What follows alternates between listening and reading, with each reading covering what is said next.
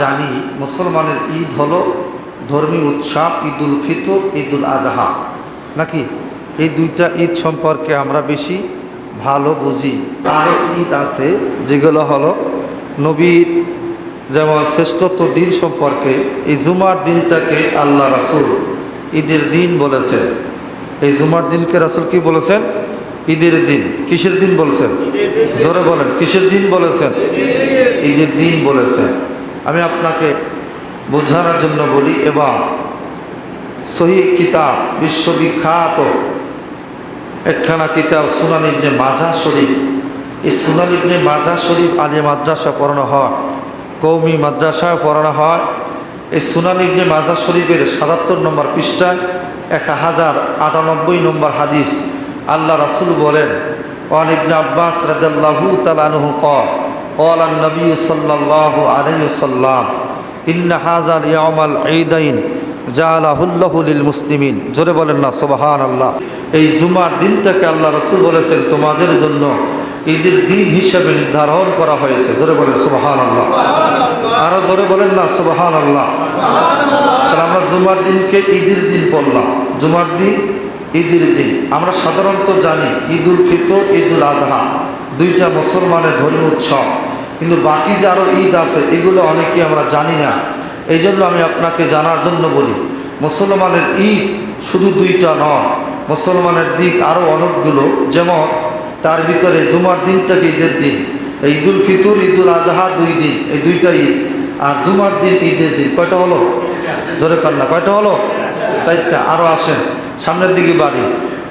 আরেকখানা হাদিস আল্লাহ রাসূল সাল্লাল্লাহু আলাইহি ওয়াসাল্লাম ফরমান, সহিহুল বুখারী, ইমাম ইসমাইল বুখারী রাহমাহুল্লাহ উনি উল্লেখ করেন, সহিহুল বুখারী শরীফের ভিতরে একখানা হাদিস এনেছেন এইভাবে, আম্মার ইবনে আবি আম্মারিন ক্বালা ক্বালা ইবনে আব্বাস আল ইয়াউমা আকমালতু লাকুম দীনাকুম ওয়া আতমামতু আলাইকুম নিআমাতি ওয়া রাদিতু লাকুমুল ইসলামু দীনা। ওয়া ইনদাহু ইহুদিয়্যু ফাকালা উনজিলা লাউ উনজিলা আলাইনা লাউ উনজিলা আলাইনা লা তাখাযনা ইয়াউমাল ঈদাইন। ক্বালা ইবনে আব্বাস রাদিয়াল্লাহু তাআলা আনহু লা ইন্নাহা নাযালাত ওয়া ইয়াউমাল জুমআ ইয়াউমাল আরাফা। জোরে বলেন না সুবহানাল্লাহ। আরো জোরে বলেন না সুবহানাল্লাহ। যে জুমার দিন এখানে রাসূল পাক সাল্লাল্লাহু আলাইহি ওয়াসাল্লামের একজন সাহাবী হযরত আম্মার ইবনে ইয়াসির, আবি আম্মার, উনি ওনার পিতা থেকে বর্ণনা করেন। উনি বলেন হযরত ইবনে আব্বাস রাদিয়াল্লাহু তাআলা আনহু একদা উনি একটা আয়াত তেলাওয়াত করলেন। আয়াতটা হলো আল ইয়াউমা আকমালতু দীনাকুম ওয়া আতমামতু আলাইকুম নিআমাতি ওয়া রাদিতু লাকুমুল ইসলামু দীনা। যখন আয়াতটা তেলাওয়াত করলেন তখন ক্বালা ইহুদিয়্যু ফাকালা লাউ উনজিলাত আলাইনা ইয়াউমাইন লাউ উনজিলাত আলাইনা। তখন বললেন যে খোদা, এক ইহুদি ব্যক্তি আমার পাশে উপস্থিত ছিলেন। উনি বললেন, যখন এই আয়াত তোমাদের উপর নাজিল হলো অথচ তোমরা ঈদ মানলা না, কিন্তু এই আয়াত যদি আমাদের উপর যদি নাজিল হইতো, আল্লাহ পাক যদি আমাদের ইহুদির উপর নাজিল করতেন, তাই আয়াতের দিনটাকে আমরা ঈদ হিসাবে গ্রহণ করতাম। কি করতেন? ঈদ হিসাবে গ্রহণ করতেন। তখন আবার আব্বাস রাদিয়াল্লাহু তাআলা বলেন, ক্বালা ইবনে আব্বাস রাদিয়াল্লাহু তাআলা আনহু লা ইন্নাহা নাযালাত ইয়াউমাল ঈদাইন ইয়াউমাল জুমআ ইয়াউমাল আরাফা। ও ইহুদি ব্যক্তি, তুমি কি জানো এই আয়াত যেদিন নাজিল হয়েছেন, যেই দিন নাজিল হয়েছেন ওই দিন 2 দিন ঈদের দিন ছিল। জোরে কোন সুবহানাল্লাহ। তখন বললেন যে কোনটা? সেটা ইয়াউমুল জুমআ ইয়াউমাল আরাফা। হাজী সাহেবরা আরাফার দিবসে যেমন হজ করতে আরাফার ময়দানে অবস্থান করেন, ওই দিনটা ছিল ওই দিন, এবং জুমার দিন ছিল। জুমার দিনও ঈদের দিন আর আরাফার দিবসের দিনও ঈদের দিন। জোরে বলেন না সুবহানাল্লাহ। এই জন্য এই আয়াত যেদিন নাজিল হয়েছেন ওই দিন 2 ঈদের দিন ছিল। কয় দিন ছিল? জোরে বলেন, কয় দিন? 2টা ঈদ ছিল। আগে পেলাম 2 ঈদ, এখন পেলাম 2টা। কত হলো? 4টা ঈদের দিন হলো। এখন আসেন, এই ঈদুল ফিতর কন, ঈদুল আজহা কন, এই যাহা কিছু আমি পেয়েছি, দুনিয়ার যত নেয়ামত রাশি আমি ভোগ করতে পেরেছি, কোরআন পাইলাম, হাদিস পাইলাম, নামাজ পাইলাম, রোজা পাইলাম, কার কারণে? আমার নবীর কারণে। কার কারণে? জোরে বলেন, আমার নবীর কারণে। কার কারণে? উম্মতদেরকে জানায়া দিলেন, উম্মতের উপর ফরজ করলেন কিন্তু এর আগে 27 মেরাজ রজনীতে আল্লাহ পাক যাকে নিলেন তিনি আমাদের নবী, নবী রহমাতুল্লিল আলামিন।